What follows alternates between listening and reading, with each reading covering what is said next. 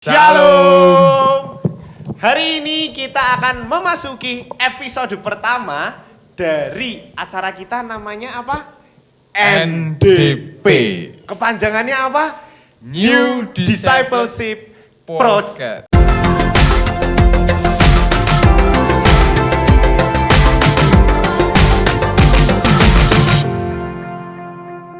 Podcast ya? Oh iya.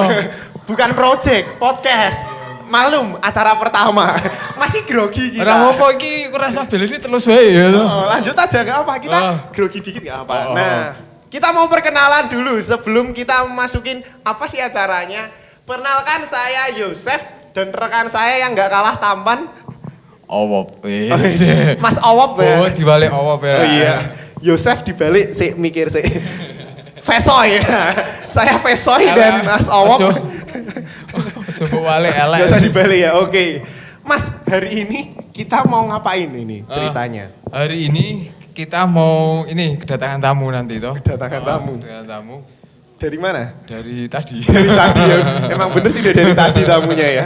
Nggak pulang-pulang ini. Jadi kita nanti ada kedatangan tamu. Beliau ini seorang mama muda. Wih, mama muda. Mama muda ya. Oke. Di luar konteks itu ya. Oke. Jadi beliau nanti ini akan menceritakan pengalaman hidup. Apa ya? Ya. Jadi intinya pengalaman hidup.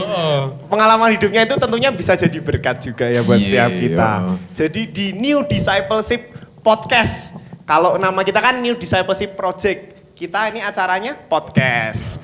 Jadi kita bakalan ada tamu dari luar ya. Tadi dari luar dulu kan, terus masuk baruan? Iya, dari dalam ya bingung. Oke, lanjut aja, saya garing mulai ya. Oke, jadi hari ini nanti akan ada satu bintang tamu yang tentunya akan menceritakan tentang pengalaman hidupnya terkait apa ya? Sebenarnya sebelum dilanjut, podcast ini ada jargon. Oh, ada jargonnya? Apa-apa nih, coba ya? Jargonnya ulangi ya. Ulangi ya. Tak kasih tahu dulu, kamu istimewa. Kamu istimewa. Jadi nanti kalau setelah kita ngomong New Discipleship, apa tuh ngomongnya? Si. And a new discipleship. Coba. Singkat tuh ND Podcast. Biar gampang ya. Oh ilah Jawa. Tapi biar asik, kalau tadi kan udah ada jargonnya. Kita nyapanya biar lebih eksklusif, namanya kasih aja disciples. Oh iya. Para murid-murid gitu ya. Iya. Disciples. Siswa berarti ya. Berarti kita shalom disciples gitu kali ya. Diganti siswa itu. Bukan siswa. Mau kok siswa, orang sekolah ini. Iya. Oke. Jadi kalau kita bilang shalom disciples, teman-teman jawabnya kamu istimewa. Oke, coba ya. 1, 2, 3. Shalom disciples. Kamu istimewa. Asik. Yang di rumah nanti dicobain ya. Di depan lagi nonton YouTube gitu kan sambilan kamu istimewa. Karena kalian semua yang di rumah istimewa. Oke, kita langsung aja masuk ke pembicara kita hari ini. Boleh kenalan dulu ini. Oh, ini kasihan yang di tengah dulu sih kelihatannya ini. Nonton aja ini ya. Ini siapa ini ya? Ini pembicara juga bukan? Bukan. Oh bukan ya? Nanti yang ngiringi kita. Oh yang ngiringi. Biar syahdu ya. Oke. Oke, dari pembicara kita dulu. Selamat apa ini ya? Nggak ada jamnya. Selamat siang deh. Siang, Selamat Yosef, siang. selamat siang, Mas Bobo. Wis, aku diundang Mas. Berasa masih muda, saya yang tua loh jadi ngikutin Anda. Biasa ngomong Mas, wah aku aja. Grogi ya. Ngomong. Ngomong. Nah, ini dipanggilnya siapa ini enaknya ini? Namanya, perkenalan namanya, alamatnya di mana, rumahnya, nomor HP, nomor rekening kalau bisa. Ya rasa komplit. Oke. Shalom saudara-saudara, nama saya Marlina. Mungkin di acara ini bisa seperti biasa aja lah, Yosef manggilnya biasanya Cik Lina gitu. Silakan. Oh udah gitu aja ya perkenalannya, singkat padat jelas banget. Durasi. Oh durasi ya, oke. Bayarannya kurang berarti nak durasi gitu. Oke. Mana. Nah kita masukin. Nah kita kan punya jargon tadi apa?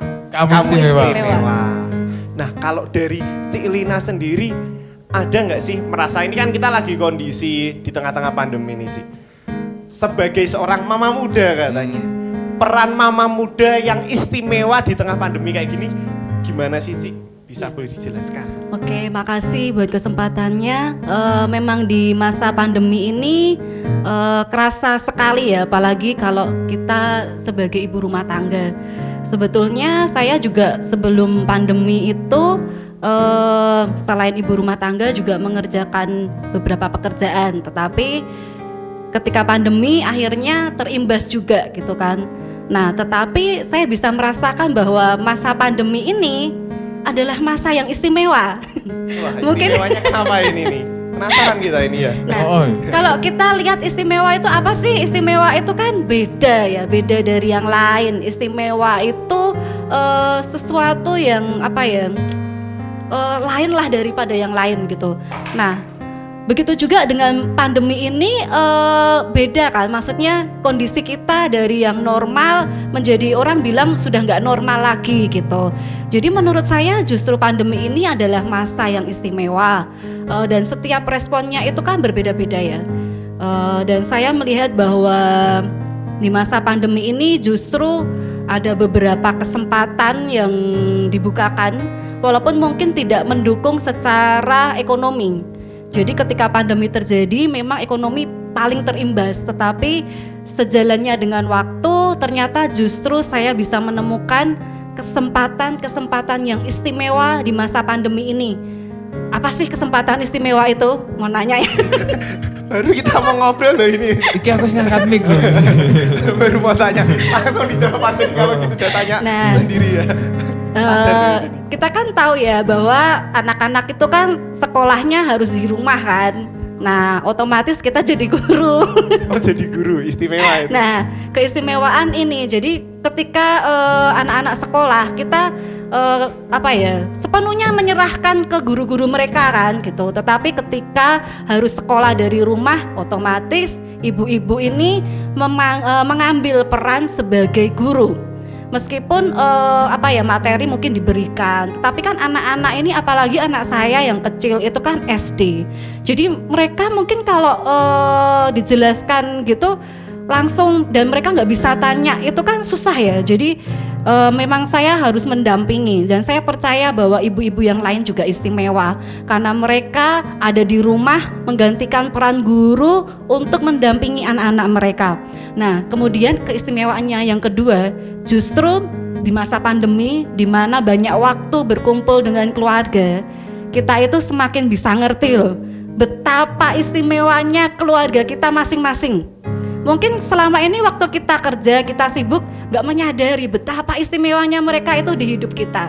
Tetapi ketika masa pandemi kita bisa lihat, oh ternyata anakku seperti ini, anakku hebat punya kelebihan yang seperti ini, anggota keluarga yang lain juga memiliki keistimewaan yang lain. Dan puji Tuhan bahwa di masa pandemi ini justru saya bisa mendapatkan kebaikan istimewa.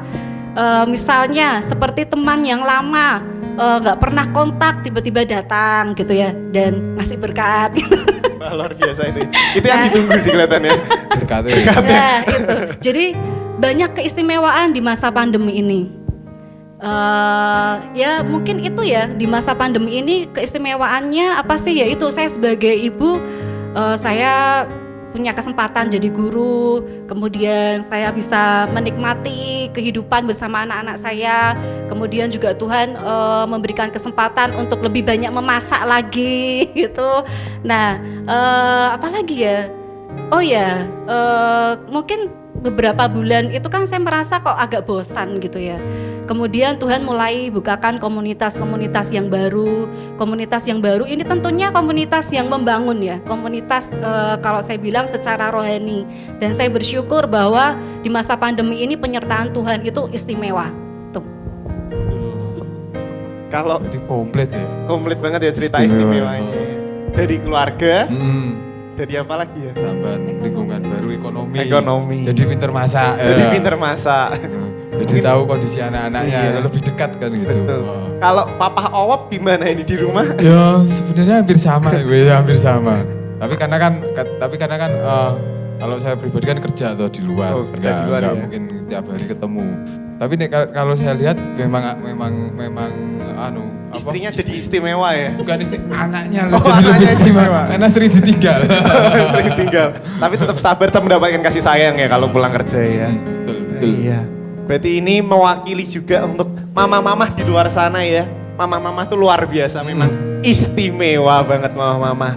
Nah, untuk Cik Lina sendiri kan, ketika kita lagi dalam sebuah kondisi yang bisa dibilang tadi nggak normal ya katanya ya, agak berbeda dari biasanya. Ada nggak sih sosok yang benar-benar merasa dianggap sebagai sosok yang istimewa, yang membuat kehidupan Cik Lina terasa diubahkan seperti itu? Tentunya ada ya, karena masa pandemi itu kan berat ya, dalam segala hal itu sangat berat. Dan saya bersyukur bahwa ada satu pribadi yang sangat-sangat istimewa, tidak hanya istimewa tapi super segalanya super istimewa gitu ya. Jadi satu pribadi ini yang terus ada mendampingi saya, kemudian mensupport dalam segala hal, kemudian juga menuntun saya membukakan banyak hal yang mungkin selama ini tidak saya sadari gitu ya. Nah, siapa sih sosok ini? Satu pribadi yang sangat luar biasa, nggak ada tandingannya, itu adalah Tuhan Yesus. Dan ada Roh Kudus yang Tuhan berikan di dalam hati kita semuanya, dan itu adalah karunia, adalah anugerah Tuhan yang paling istimewa yang diberikan melalui karya Tuhan Yesus, yang diberikan kepada kita semua yang percaya kepada Tuhan. Jadi ketika kita menghadapi berbagai masalah, ada Roh Kudus yang menuntun kita, kemudian juga kita nggak takut bahwa gimana ya nanti pandemi ini begini begitu. Ternyata Tuhan menunjukkan bahwa penyertaannya itu sangat sempurna. Jadi Tuhan semua janji-janjinya yang di firman Tuhan itu semuanya digenapkan. Jadi saya katakan bahwa Tuhan Yesus itu betul-betul luar biasa, pribadi yang istimewa. Dan karena saya punya pribadi yang istimewa di dalam hidup saya, karena itu hidup saya bisa istimewa. Dan kemudian juga saya mulai mengingat bahwa betapa pribadi ini adalah pribadi yang tidak pernah mengungkit kesalahan saya gitu ya. Jadi saya menyadari bahwa begitu banyak kegagalan, begitu banyak kesalahan di masa lalu. Mungkin sebagai manusia saya merasa nggak layak gitu ya. Bahkan di tempat ini pun saya merasa nggak layak gitu ya. Lebih banyak orang yang bisa jadi berkat menurut saya gitu. Nah, tetapi Tuhan memberikan kesempatan yang baru. Semua masa lalu itu sudah dikubur, semua kesalahan sudah Tuhan ampuni. Kemudian ibarat suatu tembikar bejana dari tanah liat itu yang pecah, tetapi di tangan masterpiece ini, di tangan Tuhan kita itu bisa dirangkai menjadi satu bejana yang lebih indah. Nah, begitu juga yang saya alami di dalam hidup saya, bahwa sekalipun begitu banyak kegagalan dalam kehidupan saya, tetapi ternyata di masa pandemi ini pun Tuhan tetap menunjukkan kesetiaannya, Tuhan menunjukkan sayangnya, kasihnya, perkenanannya, bahkan juga membukakan kesempatan-kesempatan yang baru, pelayanan-pelayanan yang baru, dan yang terutama adalah Dia menerima saya apa adanya dan membuat saya menjadi bejana yang baru. Istimewa ya. Istimewa banget ceritanya ya. Jadi sosok pribadi ini memang terlalu istimewa sebenarnya buat kita. Karena saya sendiri juga sedikit banyak mengalami, enggak sedikit banyak banget. Banyak banget ya. Hampir seperti yang dialami Cik Lina juga. Jadi pribadi ini karena kita terlalu istimewa, makanya pribadi ini juga memberikan istilahnya ya. Pengaruh atau pengaruh ya. Pengaruh apa ya? Pengaruh apa ya? Positif.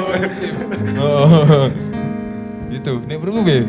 Iya, betul banget ya. Tentunya apa yang dibilang Cik Lina ini menjadi berkat buat kita semua, bahwa dalam kondisi seperti ini kita punya satu pribadi yang istimewa yang tidak pernah sekalipun meninggalkan kehidupan kita. Dia yang selalu menjadi sumber pengharapan. Karena dia istimewa, maka kita juga istimewa banget tentunya. Ini nanti kira denger mau nyanyi. Oke, nyanyi apa ya ini ya kelihatan? Nyanyi apa nanti Cik? Judulnya apa Cik? sampai akhir hidupku. Sampai akhir hidupku. Siap. Langsung aja kelihatannya tanpa Langsung. basi-basi. Kita sambut ini dia, Cik Lina.